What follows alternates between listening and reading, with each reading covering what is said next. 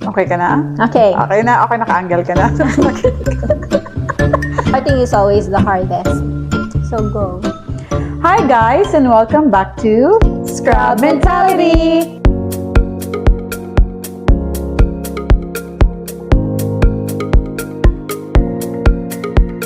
I'm Frances, And I'm Maishin. your Filipino nurses here in Australia. If you're new here and excited to start your Aussie nursing journey, isa sa mga pinaka-importanting gagawin. Of course, pagdating nyo dito, you're lucky if you have relatives or friends that papatirahin ka sa bahay nila for ilang weeks. But for those who don't have any families here or friends, I think this video will really help you. Okay? So, we'll guide you through saan maghahanap ng bahay, Yeah, magkano ang rent, at iba pang gastos, ano pa? Mga documents na kailangan, like mga requirements, paano mag-apply sa rental, and then yung mga, like, Especially from overseas, Yeah, like no? na- It's different. tulad natin, yeah. like us. Mhm. Kasi wala kaming relatives dito. it's just us, We yeah. are relatives. Mga moving tips and moving company na pwede natin gamitin to find the house in here in Australia. So these are the top websites. So first, we've got realestate.com.au, which is the most popular and the most in demand. Actually, dyan ako nakahanap ng bahay. I think it's because madali yung interface ng website. And if you search sa Google, ang pinakauna talagang lalabas is yung real estate. Ano pa? Yung next is yung domain.com. There is also an app for domain. We'll put the website. So, maganda siya when it comes to like filtering the prices of the houses. Yeah. And then, if you have like Naghanap specific din ako dyan, locations, oo. yeah, it's quite nice and it's handy because it has an app as well. I Yeah. think most of them has an application in the phone. Yeah. Yeah. And usually, same laman yung bahay, same prices. I think it's more like kung saan ka mas comfortable maghanap. Yeah, that's true. Yeah. And then we've got rent.com.au. It's also one of the websites na may private listings.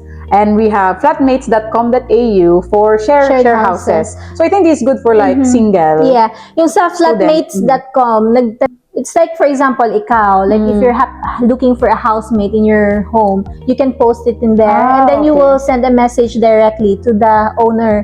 So it's quite nice, Okay. but there's a risk as well that you should be willing to take. Yeah, Yeah. I mean yung may kasama ka sa bahay na hindi mo pa kilala, nakilala mo lang online. But I think it's better if you know some, which is minsan mas madali kasi kababayan, you know them. Connection agad kasi both Filipinos kayo, di ba? That's true. So, naalala mo, before, kasi from UK, ang hirap maghanap, Yes. like from overseas. True. So, maraming nire-require yung mga agency. So, kami, ng family ko, naghanap kami sa Yes. Facebook. Sa Sa PIM. And then, obviously, hindi namin kakilala yung sobrang, di ba sabi mo, sobrang bait. Yeah, sobrang bait Shoutout mo ng- sila, kuya. Shoutout naman kina Kuya Vince dyan. So yun, sobrang bait nila, very accommodating. Sabi namin, ganito kami dadating without down payments because others would require down payments as well. Okay. I But never yeah. tried, but yeah. But yeah, they were so nice. So, You got lucky. And usually naman, so far sa mga Filipinos na nami-meet namin dito sa Australia, kung nag-grocery kami o nag-Kmart, everyone's friendly. everyone's friendly. May nagbibigay pa ng pera sa mga anak namin, yung mga lola. Bibigyan ng tig $5 kasi daw ang cute. Tig $5 kasi daw ang cute, di ba? Just a tip as well for looking, if you're looking for houses, look near your hospital or your workplace. Kasi, or kahit one ride sa train or Yeah, yung bus. accessible. Oo, because after a shift, you would like to commute, di ba, ng matagal. So, just maybe a perk if you live nearer, it's easier for you. Yeah. At least hindi ka na masyadong masistress pa uwi. Kasi di ba sa UK, ito siya, ang bahay niya, like 5 steps lang from work. Yung pagising mo sa umaga, ayan dyan na yung ED, yung ganyang Ah. tipo. So, at least, di ba? Di ba, maganda- like, bawas sa pamasahe. And then, you don't have to wake up very early And to go also, to shift. medyo unsteady yung mga bus dito kasi minsan hindi sila on here. time. Here. And then, very frustrating yun, especially kung papasok ka sa work, di ba? True. Tapos, oops, hindi pa. Didi, di ba? This will be the rental application requirements, especially for Yeah. us, like overseas Filipinos. So, ano ba yung mga kailangan natin gawin? So, it is important na malaman ninyo guys na very competitive yung dito. Yes. Very competitive yung rental Yes. market, especially yung mga landlords and agent. They really check your credibility, and then if kaya mo magbayad and kung stable yung income yun as a family. Yes, I remember, speaking of competitive rental market, kasi kami, we chose the house while nasa abroad pa kami. Ang nag-view siya, siya nag-view ng houses. Actually, that was only one viewing lang ginawa niyo. Pero parang she said talaga na, you get this house because it's really nice. Pag sabi niya, get this house, ang dami-daming tao. Ang daming Nakita tao. ko sa background, ang dami palang nag-check din ng house. So, it's not gonna be only ikaw lang na mag-check. Ang dami. Ang daming gustong mag-rent ng house. So, you have to be you have to, like she said, you have to be credible. As it was our first time in here renting. So, wala ka masyadong reference. Tell them what you did. So, there's a tip from her as So well. yeah, ginawa ko yon kasi yun yung ginawa ko sa current na bahay ko. So basically, I told her I have to like wait until everyone leaves. So dapat umalis muna lahat ng mga tao sa bahay, and then kinausap ko yung agent mismo. Like sinabi ko sa agent, ito yung trabaho mo, like nurse ka, tapos stable yung job mo, ganyan. So parang nag-take time talaga ako na dapat i-emphasize kanya. Sabi ko, can you just at least kausapin yung landlord? Na ikaw. Parang in-emphasize ko yung name niya, dapat ganito, kunin mo siya. No, I'm just kidding. Pero parang ganun yung, nagigets niyo yung point na dapat at Parang least. parang naging patient talaga siya, tapos kinausap niya para i-push konti yung application ko para ma-highlight na ito siya, stable nurse. Tapos I think also yung visa mo din, chinecheck nila lahat. So I think that was kasi ang dami daw nag-check, at saka sa bahay mo din, di ba? Kahit yung bahay ko nito, parang meron 10 families during that time. And sabi namin nung husband ko, parang very slight yung chances na makuha kami. Kasi yun nga, ang dami yung competition. Pero yun nga, kinausap ko din namin kunin yung bahay, na maayos kaming tenant. It's maybe because you were very sincere and nakita nila na gustong-gusto mo yung bahay. So balik tayo, what are the rental application requirements? So the primary requirements are, first, we have passport and then visa grant notice. This is just a proof that you can legally stay and magtrabaho dito sa UK, and they need that. Next, we've got yung mga proof of employment, like yung offer letter, contracts from your hospital, also proof of income. They would also require your pay slips, and then sometimes as well, they require your bank statement. Your Aussie bank account is preferred. I mean, kung bago kang dating, of course, you won't have a bank statement yet because you're new. So in my case, I presented them my bank statement from the UK. HSBC yung bank ko. So lang ako na bank account na statement. But it's required to have a bank account. We give it to them. So it doesn't mean na you need Aussie bank account na statement. But it's required to have a bank account because you have to pay them. But just for the bank statement, exactly. They would also need your rental history. So if nag-rent ka before, like from Pinas or from whichever country you came from, they would require your reference letter from your previous landlord. So in my case, they have to send an email. You give your agent's email, and then they will contact each other and confirm. I think it's just more of like gusto nilang mapatunayan like kung totoo lahat. They will say passport. So tips lang din, kung wala ka pang rental history dito sa Australia, pwede mong dagdagan yung chance mo by offering an advance or parang deposit ba ang tawag dyan? 2 to 4 weeks or bigger as a bond or security deposit. Like para mapatunayan lang siguro na kaya na you have money. Diba? Yeah. So what about the rates? Okay. So it varies in which state ka or city dito sa Australia. So kami basically nasa Melbourne kami, and yung rough estimate, so yung rent here in Australia is weekly compared sa Pinas na monthly. So just a rough estimate, kung nagva-vary siya kung nag-share ka ng room or kung like how many bedrooms. So it's roughly around 200 something to kung around shared. 60. Kung shared, nasa $260 per week.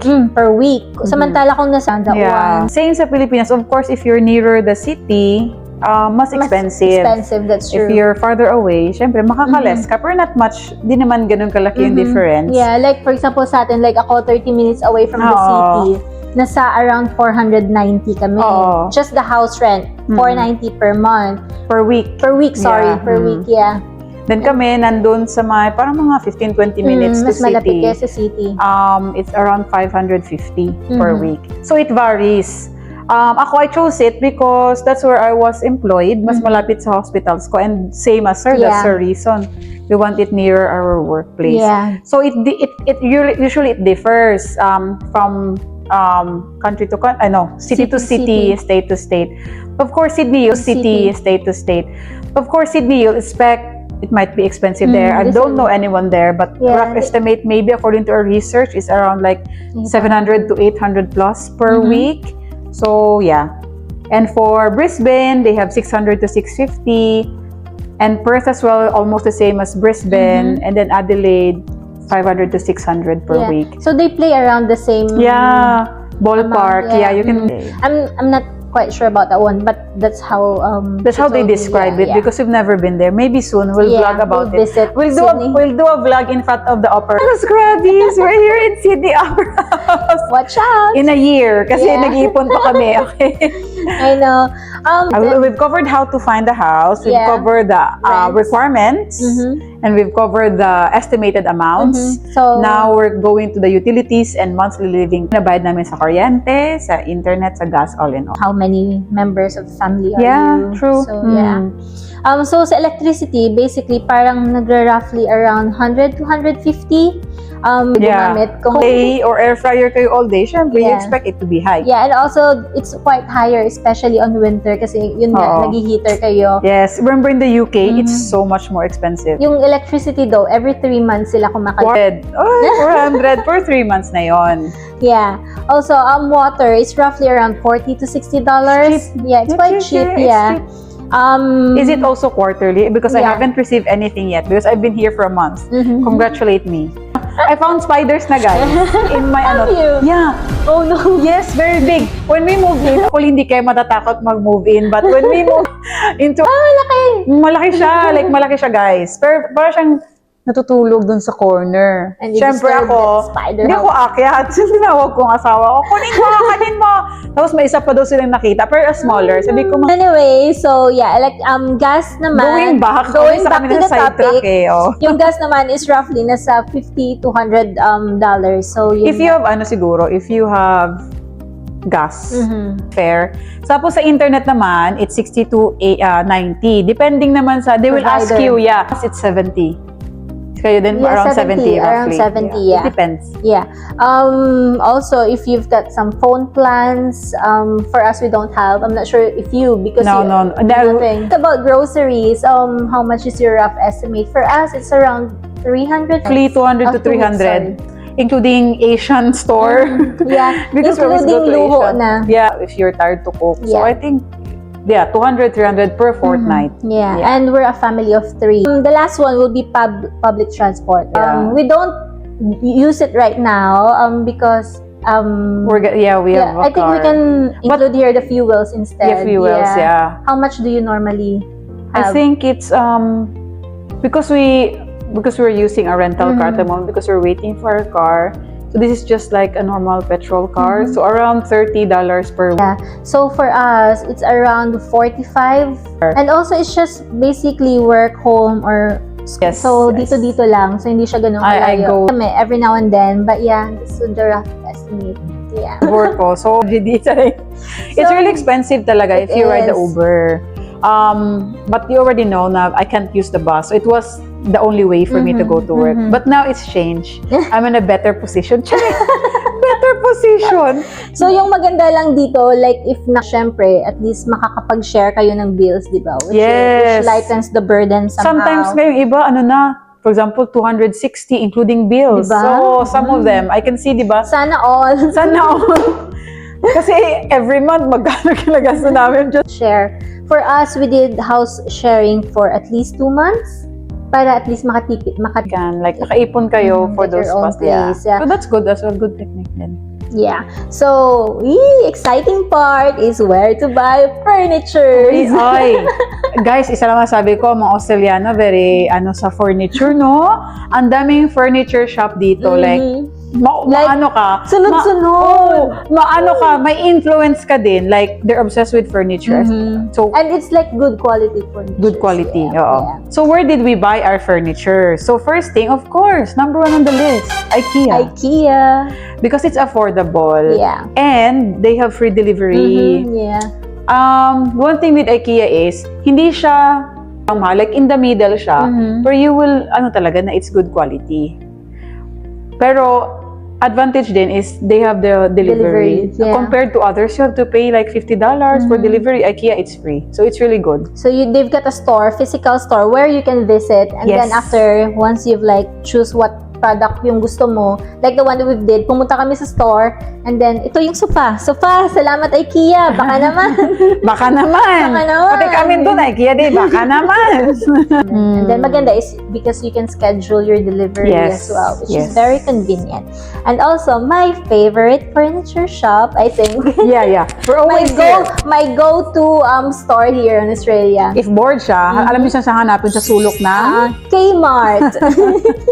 To be fair, they're quite good quality as well. Yeah, isn't good it? quality. Parang good quality naman dito lahat. And, Yeah. and ang problema ko sa Kmart, there's a really good furniture.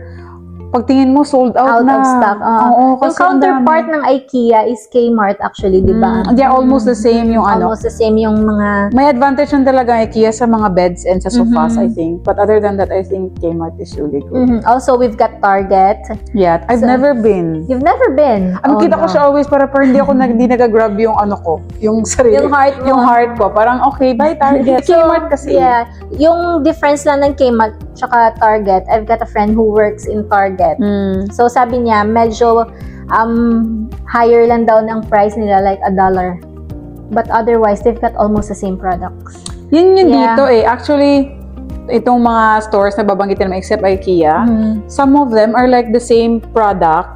They do. No, Yeah. other shop. You can find them even in Amazon. Yeah, it's also in Amazon. So, Yeah. kung saan mo lang bet bumili siguro. Totoo. So, next one, we've got Fantastic Furniture. I've been there. We've been there. Yeah. Ang gaganda din ng nila, in fairness. It's Yeah. Fantastic Furniture. Their furnitures are fantastic. It's just that, I think, the only, downside is medyo May price. pricey siya for me, ha. Kasi yung mga furniture nila, parang comparable, the prices are comparable to IKEA. And because IKEA has a big brand na, parang that it's durable. So you will always That's true. choose. Pero their furnitures, don't get me wrong, are really nice. Yeah. Yung table ni Mason and dining chairs niya, they're really cute. They're from Fantastic Furnitures, no? Yeah. Yung table is IKEA, yung chair is fantastic. IKEA So, talaga eh. IKEA! Baka naman. Baka naman ulit. So yeah, fantastic! Baka naman. So the next one is yung trusted ng everyone naman is yung Facebook. Hindi ko yan trust. Sige, sabihin mo. It's yung gustong-gusto na lahat because it's quite easy. Yung Facebook Marketplace, anything, you just scroll your phone. It's quite nice because sometimes makakapili ka dito ng mga mura. Minsan may free pa, di ba? Minsan masascam ka din. Yun lang, minsan masascam ka din. Kaya ingat-ingat lang. Kaya hindi niya na yan favorite. Kaya and Just also, tell them, don't give your address. Don't give your address. Don't give your address. In Oz, but in UK, I've tried it. It's Yeah, good. it's quite legit. So, yeah. Your favorite? And my favorite yung last one is yung mga charity shops. Yeah. So, we've got Salvos, we've got Vinny's, and your Save- new favorite, Savers. So, because maganda yung charity shops, diba? Because they're quite cheap. If you're not pihikan sa mga gamit sa bahay, And for me, because I'm still renting a house. I think for me lang personally, I would settle muna sa mga ganun, mga second hand. Kasi naman if you move to a new house, I think if I move into a new house, I would want everything to be new, Totoo. to be nice. It's really nice. It's like almost brand new, di ba? Yeah. It was like half the price. So, yeah. If you Yeah. see me there, say hi to me. say hi, yeah. So, suki kami ng Savers, tsaka Vinny's. She really likes, gusto niya yung mga antique-antique, yung mga mahilig ako. ganon. Pero wag naman yung tipong mumultuhin May ka. segunda mano, mga ganong horror Ang mga ganon. Mga feng shui. You have to choose wisely naman. Huwag ka naman bumili ng, I used to buy frames, but no, not now. May horror story siya. Horror story. So, yeah. So, just, I think you would know how Siguro to yung choose mga vase, wisely. mga ganun yung mga vase, yung mga serving plates na gaganda, Because it's you can, there. like, with all, mga Pyrex, di ba nakakabili Pyrex, tayo ang dami doon? ng Pyrex doon. So yun lang, mga tips. But Oo. wag muna bumili until you've seen the size of your house. So if you have a husband who's an estimator, Make sure you have a plan. Yeah. Kasi baka ma-waste din yung money nyo. At Oo, least, kasi diba? bibili ka ng sobrang liit for my house. That's Meron true. naman ding mga apps na yung parang yung ginagamit camera mo. mo, yung camera mo tapos i-estimate nila gano'ng kalaki yung sofa and that. Pero yeah, I think it's helpful, pero it's up to you. Kami, dala kami ng tape measure na pumunta kami ng IKEA. Ay, kasya ba to? Ganon. Kasi mini-measure na namin. Just so you to can make do sure, that too. oo. Yeah. Para wag masayang yung pera, guys. Yun nga. Yeah, and then, what about yung mga, like, paano naman kayo lilipat? Like, Paano kayo lumipat? paano kami lumipat? Yun nga, kasi sobrang bait nung bahay na tinirahan namin. Pinaborrow nila sa amin yung sasakyan nila. So, hindi kami nag-rent ng sasakyan. That's good. Oo, which is at least nakasave kami ng money somehow. And then also, but if you don't have the resources, at least you've got like moving companies here in Australia Yes. naman. So, ang dami yung options. So first we've got the Allied Moving Services. They're quite one of the biggest company here when it comes to like moving Yeah. companies. They're quite reliable as well. Yeah, we've got a couple, right? Can removals, Grace removals, Moval, and Yeah. then personally I You've used used, yeah. Airtasker. Kasi yung paglipat namin, we had loads of things na na-order na dito, and then Na-carried away na siya. Bumili na siya na-carried lahat. away na ako kasi gusto ko nang lumipat because I was starting to I was Your job. gonna start my job na. So I want to put them all in place. So I hired Airtasker is like an application wherein you just post there like help me move houses, or like I need someone to help me move my furnitures or stuff. And you post it, and then ang daming magre-reply dyan ng mga removal companies. Twice ko silang And nagamit. budget-friendly din sila. Yeah, it's like 100, no. It was like 190, I think, yeah. And then, may bit-bit. Tigabuhat. So, hindi ka ma-stress talaga. Like, titingnan mo lang So, sila. madam ka na lang. Madam Yan nga. Santibanyes. Paabot ng tubig, ganon lang, mabilis. It's really nice if especially if may mga small kids kayo na magsa-struggle kayo, That's true. you can use Airtasker. It's nice. So, ayun, I think we've covered somehow. If may mga questions pa kayo. But anyhow, just some extra tips for you guys. So, yun nga, first is yung share a house. Yeah. If you can lang, I mean, kung hindi ka pihika na may kasama sa bahay, because makakatipid ka talaga, especially if you're adjusting and you're trying to budget your money. Yes. Yeah. And then, prepare your documents ahead. Para ready ka, pag may nakita ka ng unit, it's all na parang isave mo in one folder, and then, if you're interested in a house, just send them all in there. Also, it's quite important na kung may inspection ka, like appointment to do a house check, you have to attend on time. Strict sila sa Very time? strict, yeah. Mabilis maubos yung mga rentals dito, guys. The next time you see, hindi na available yung bahay. Yeah, so just be on time. Hindi uso yung Filipino dime dito. When they say 5 p.m., it's really 5 Yeah, p.m. exactly. And then you can, like we said earlier, offer an extra bond if wala ka pang rental history dito sa Australia. So just an extra 1 month advance. I think that will help them push to pick you na ikaw na lang yung mag-rent. Yeah, so yeah, just keep all the copies of your documents, both in digital or printed form. Yeah, because it will come in handy. So yeah, just bring everything. Yeah. True. And then, I think that's it. So mga kabayan, mga ka-scrubbies, kung galing kayo overseas, always tandaan, always prepare your documents early, know the rental rates, living costs. Maghanap ng near sa work mo or transport. You start small, start in a small house, it's fine. You're just starting. Everyone needs to start somewhere. And then shop smart for furniture and always plan for your move.